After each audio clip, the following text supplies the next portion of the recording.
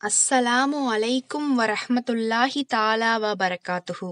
இறை தூதர் யூனுஸ் நபி அவர்களின் வரலாற்றை பற்றி இந்த வீடியோல நம்ம பார்க்கலாம். நைனுவா என்ற நகரத்தில் சிலைகளை வணங்கக்கூடிய மக்கள் வாழ்ந்தார்கள். நைனுவா மக்கள் இஸ்ரேலர்கள் மீது படையெடுத்து அவர்களில் பலரை சிறைப்பிடித்து கொண்டனர். சிறைப்பிடித்தவர்களை மீட்பதற்காக யூனுஸ் நபி நைனுவா செல்றாங்க. நைனுவா நகரை இப்னுல் இர்ஷா என்ற அரசன் ஆண்டு வந்தான்.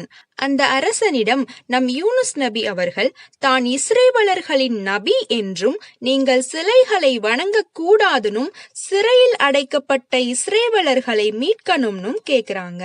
ஆனா அந்த அரசன் யூனுஸ் நபியை பார்த்து ஏளனமாக சிரித்தான். அவன் சிறைப்பிடித்து வைத்தவர்களையும் விடவில்லை. யூனுஸ் நபி 3 நாட்கள் வரை இதே கோரிக்கைய அந்த அரசனிடம் வைத்தபடியே இருந்தாங்க. ஆனா அவன் காது கொடுத்து கூட கேட்கல. அதுக்கப்புறம் அரண்மனையை விட்டு வெளியேறி நகருக்குள் சென்று மக்களிடம் இஸ்லாமிய பிரச்சாரம் செய்ய ஆரம்பிக்கிறாங்க. சிலை வணக்கத்தை விடணும்னு அல்லாஹ்வை மட்டும்தான் வணங்கணும்னு வீடு தோறும் இரவு பகலுமாக பிரச்சாரம் செய்யறாங்க. ஆனா அந்த மக்கள்ல ஒருத்தவங்க கூட இஸ்லாத்தை ஏத்துக்கல. இத பார்த்த அரசன் யூனுஸ் நபிய சிறையில் அடைத்து வைத்து விட்டான். உண்ண உணவும் தண்ணீரும் கொடுக்காம அவங்கள ரொம்ப கொடுமைப்படுத்தினான். யூனுஸ் நபியின் போதனையை கேட்டு சிறையில் வேலை செய்றவங்கள்ல சிலர் இஸ்லாத்தை தழுவ தயாராகி விட்டார்கள். இத கேட்ட அரசன் யூனுஸ் நபிய நடுச்சந்தியில் நிறுத்தி சிரச்சேதம் செய்ய முடிவெடுக்கிறான். ஆனா மந்திரிகள் அவனை பயமுறுத்தியதன் காரணமாக அந்த யோசனைய அரசன் கைவிட்டுட்டான். அதனுடன் யூனுஸ் நபியையும் அவர்களின் குடும்பத்தார் அனைவரையும் ஊரை விட்டே வெளியேற்றிவிட்டான். அப்புறம் யூனுஸ் நபி கொஞ்ச காலங்கள் பல இடங்கள்ல சுற்றி கொண்டே இருந்தாங்க. மறுபடியும் அல்லாஹ் அவர்களை நைனுவா நகருக்கே செல்லுமாறு வஹி அறிவித்தான். இந்த தடவை நைனுவா மக்கள் முன்ன இருந்ததை விட அதிகமாவே எதிர்க்க ஆரம்பிச்சிடுறாங்க. கல்லால் அவர்களை அடிக்க ஆரம்பிக்கிறாங்க. யூனுஸ் நபியின் உடல் முழுவதும் ரணகலமாகிவிட்டது. இவ்வளவு எதிர்ப்புகளுக்கும் இடையில் 30 ஆண்டுகள் அவர்கள் உபதேசித்தார்கள். ஆனா அதுல 2 பேர் மட்டும்தான் அவர்களை பின்பற்றியதாக ஒரு குறிப்பு தெரிவிக்கிறது. மனம் சலித்து போன யூனுஸ் நபி நைனுவா மக்களை பார்த்து, நீங்கள் இவ்வாறு என் வேண்டுகோளுக்கு செவி சாய்க்காது போனால் அல்லாஹ்வின் கோப பார்வை உங்கள் மீது இறங்கிவிடும், ஜாக்கிரதை என்று எச்சரிக்கிறாங்க. அதற்கு அந்த நைனுவா மக்கள், உங்களுடைய அல்லாஹ்வின் கோப பார்வை எங்களை என்ன செஞ்சிரும் அப்படின்னு கேலி செஞ்சு கை கொட்டி சிரிக்கிறாங்க. அவர்களை பார்த்த யூனுஸ் நபி, அல்லாஹ் நெருப்பு மலையை பொழிய செய்து உங்களை எல்லாம் அழித்து விடுவான் என்று சொல்றாங்க.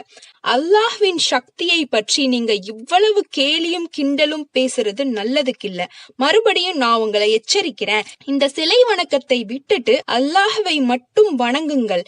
இல்லைனா இன்னும் 40 நாட்கள்ல நெருப்பு மழை பொழிந்து நீங்கள் அனைவருமே அழிந்து போவீர்கள் என்று கடும் கோபத்துடன் சொன்னார்கள்.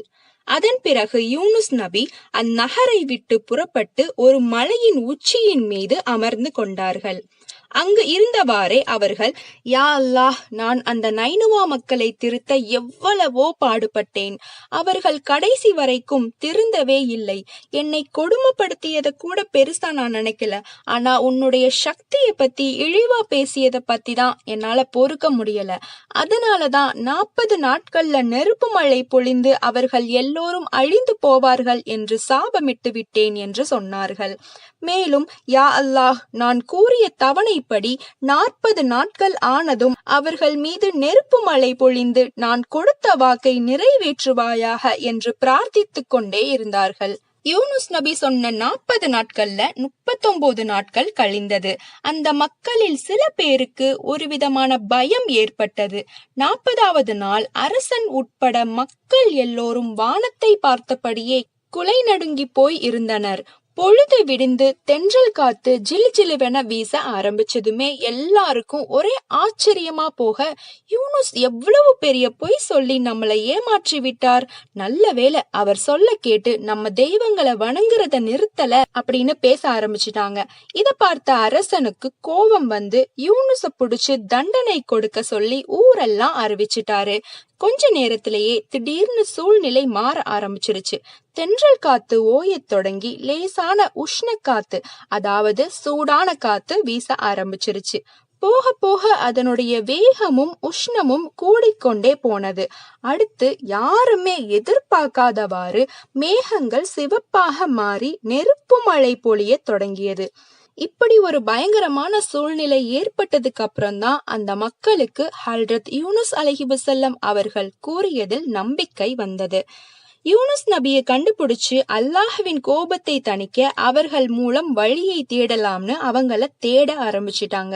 அரசனும் தன்னுடைய முன் உத்தரவை மாத்தி யூனுஸ் நபியை யாரு தேடி கண்டுபிடிச்சு என்கிட்ட கூட்டிட்டு வர்றாங்களோ அவங்களுக்கு பொற்காசுகள் தருவதாக அறிவித்து விட்டான்.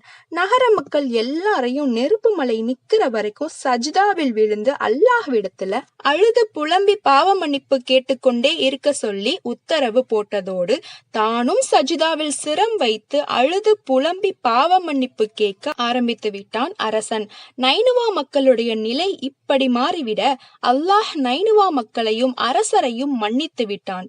நெருப்பு மழையையும் நிறுத்திவிட்டான். மீண்டும் தென்றல் காற்றை வீசச் செய்து விட்டான்.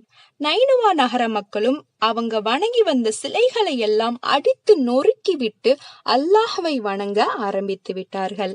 நைனுவா நகரில் ஏற்பட்ட இந்த மாறுதல் யூனுஸ் நபிக்கு தெரியாது. சுமார் 40 நாட்கள் கழித்து அவர்கள் மலை உச்சியில் இருந்து இறங்கி அந்த நகரை பார்த்து அங்க போக எண்ணி அந்த நகரை நோக்கி நடக்க ஆரம்பிக்கிறாங்க. அந்த நகரை நெருங்கியதும் அங்க உள்ள மக்கள் சந்தோஷமாக இருப்பதை பார்த்து நான் இட்ட சாபம் பற்றி அல்லாஹ்விடம் நான் கேட்ட துவா ஏற்றுக்கொள்ளப்படவில்லையா என்று கண் கலங்கி விட்டார்கள். இதை பார்த்த யூனுஸ் நபி கலங்கி போய்விட்டார்கள். அவங்களுக்கு என்ன செய்யறதுன்னே தெரியல. எல்லாம் அல்லாஹ்வின் நாட்டப்படியே நடக்கும்னு எண்ணிக்கொண்டு கால் போன போக்குல நடக்க ஆரம்பிச்சிட்டாங்க. நடந்து கொண்டே இருக்கும் போது ஒரு கடல் தெரிந்தது. அங்கு புறப்படுவதற்காக கப்பல் ஒன்று தயாராக இருப்பது தெரிந்தது. அந்த கப்பல்ல ஏறி வேற எந்த நாட்டுக்காவது போய் நிம்மதியா வாழலாம்னு அந்த கப்பல்ல ஏறிட்டாங்க. யூனுஸ் நபியின் கல்லங்கபடமற்ற தோற்றமும் அருள் சுரக்கும் முகமும் அங்குள்ள எல்லோரது உள்ளங்களையும் கவர்ந்து விட்டது. கப்பல் நடுக்கடலில் நின்று விட்டது.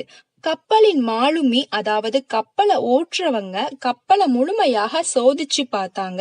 ஆனா எந்தவித கோளாறுமே இல்லைன்னு தெரிய வந்துச்சு. அந்த காலத்துல எஜமானுக்கு கட்டுப்படாத ஒருத்தர் தெரியாம ஓடி வந்து கப்பல்ல ஏறிட்டாங்கன்னா அந்த கப்பல் நடுக்கடல்ல நின்னுடும். எனவே மாலுமி கப்பல்ல இருக்கிறவங்க கிட்ட உங்கள யாராவது எஜமானுக்கு கட்டுப்படாம இந்த கப்பல்ல ஏறி இருந்தீங்கன்னா கப்பலை விட்டு வெளியேறிருங்க. அந்த ஒருவருக்காக கப்பல்ல இருக்கிற எல்லாருக்குமே ஆபத்து வந்துரும் அப்படின்னு சொல்றாரு. கொஞ்ச நேரத்துக்கு கப்பலே அமைதியா இருந்தது. கடைசியா ஒரு ஓரத்துல உட்கார்ந்திருந்த யூனுஸ் நபி அவர்கள், நான் தான் அந்த குற்றவாளி.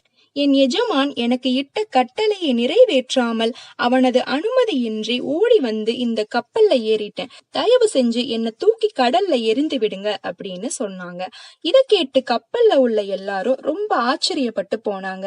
அவங்க எல்லாரும் யூனுஸ் நபி சொன்னதை நம்பவே இல்லை. நான் சொல்றது உண்மைதான், வேணும்னா நான் சொல்றது உண்மையா பொய்யான்னு சீட்டு எழுதி குலுக்கி போட்டு அதன்படி முடிவு எடுத்துக்கோங்க அப்படின்னு சொல்றாங்க. யூனுஸ் நபி சொன்னபடி சீட்டு எழுதி போட்டு குலுக்கி பார்த்து எடுத்ததுல உண்மைன்னு வந்தது. பல தடவை போட்டும் அப்படியே வந்தது. கடைசியா மாலுமியே போட்டு பார்த்தார், அப்பவும் அப்படியேதான் வந்தது. ஒரு மனித புனிதர் மீது இவ்வாறு பழிய சுமத்தி அவரை கப்பலை விட்டு எப்படி அப்புறப்படுத்துறதுன்னு எல்லாரும் தயங்குனாங்க. இத பார்த்த யூனுஸ் நபி, உங்க எல்லாரோட தயக்கத்தையும் நான் புரிஞ்சுக்கிட்டேன். நான் குற்றம் செஞ்சிருக்க மாட்டேன்னு தானே சந்தேகப்படுறீங்க.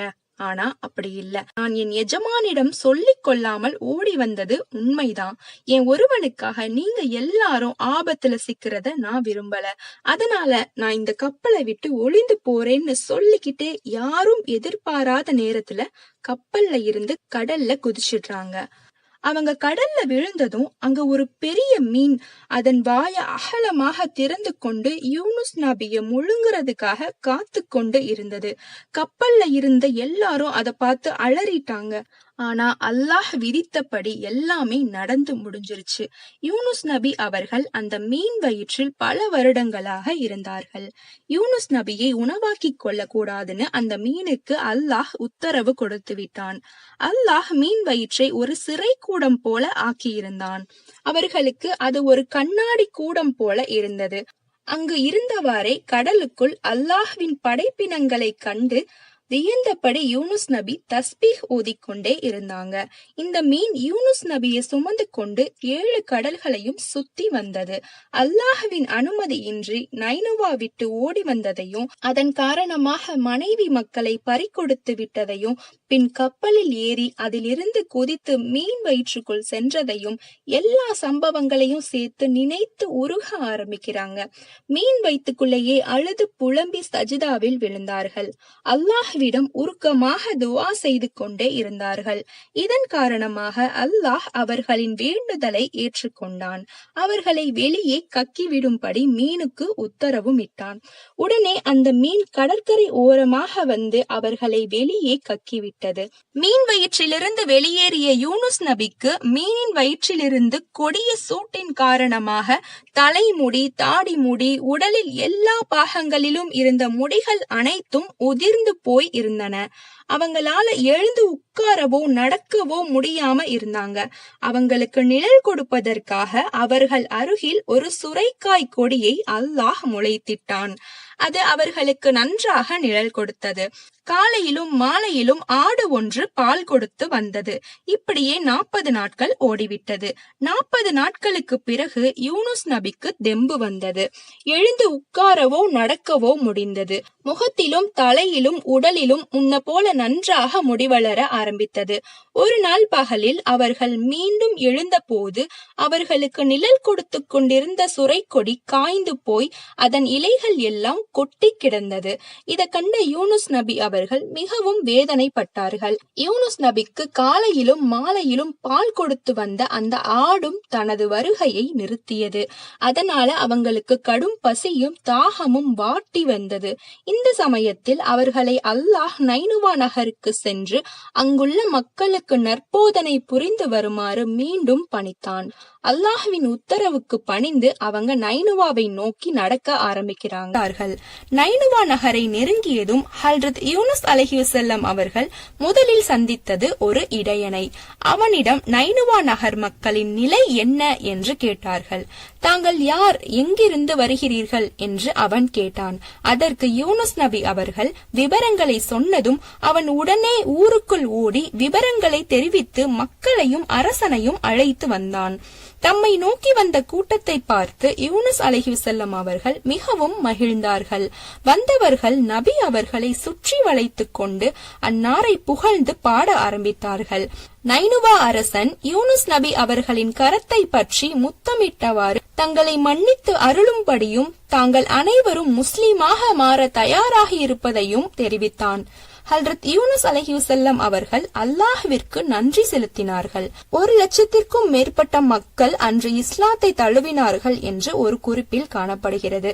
ஹல்ரத் யூனுஸ் அலைஹிவஸல்லம் அவர்கள் மீனின் வயிற்றிலிருந்து வெளிப்பட்டு சுமார் 31 ஆண்டுகள் இந்த உலகில் வாழ்ந்தார்கள். நம்ம கேட்கக்கூடிய துவா அல்லாஹ்விடத்தில் நம்பிக்கையோட கேட்கணும். யூனுஸ் நபி அவர்கள் அல்லாஹ்விடம் இவ்வாறு துவா செய்தார்கள்.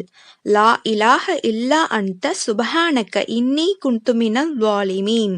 அவர்கள் கேட்ட துவா அவ்வளவு நம்பிக்கையோட கேட்டதாலதான் அல்லாஹ் அவர்களை மீன் வயிற்றிலிருந்து வெளியேற்றினான். எனவே நாம் ஒவ்வொரு துவாக்களை ஓதும் போதும் பொருள் அறிந்து அல்லாஹ்விடத்தில் நம்பிக்கையோடு கேட்டுக்கொள்வோம். லா இலாஹ இல்லா அன்த சுப்ஹானக இன்னி குன்து மினல் ஸாலிமீன். ஹஸ்புனல்லாஹு வ நிஅமல் வக்கீல். லா ஹவ்ல வலா குவ்வத இல்லா பில்லாஹில் அலியில் அலீம். லா தஹ்சன் இன்னல்லாஹ மஅனா. இந்த துவாக்களை அதிகமாக அல்லாஹ்விடத்தில் ஓதி துவா செய்வோம். நாம் அனைவரும் வெற்றி பெறுவோம். இதோட யூனுஸ் அலைஹிஸ்ஸலாம் அவர்களின் வரலாறு நிறைவு பெறுகிறது. இதுல நமக்கு தெரியாத இன்னும் பல சம்பவங்கள் கண்டிப்பா இருக்கும். இன்ஷா அல்லாஹ் இன்னும் வரலாறுகளை அறிவதற்கு நாம் முயற்சி செய்வோம். நபி ஸல்லல்லாஹு அலைஹி வஸல்லம் அவர்கள் யூனுஸ் அலைஹி வஸல்லம் அவர்களை பற்றி, நான் யூனுஸ் அலைஹி வஸல்லம் அவர்களை விட சிறந்தவன் என்று என்னை பற்றி உங்களில் எவரும் சொல்ல வேண்டாம் என்று கூறினார்கள். இன்ஷா அல்லாஹ் இன்னும் நபியின் வரலாறுகளை பற்றி அடுத்தடுத்த வீடியோல அப்லோட் பண்றோம். கண்டிப்பா பார்த்து வரலாறுகளை தெரிஞ்சுக்கோங்க. அல்லாஹ்வை அஞ்சுவோம், வெற்றி பெறுவோம். அஸ்ஸலாமு அலைக்கும் வரஹ்மத்துல்லாஹி தஆலா வ பரகாத்துஹு.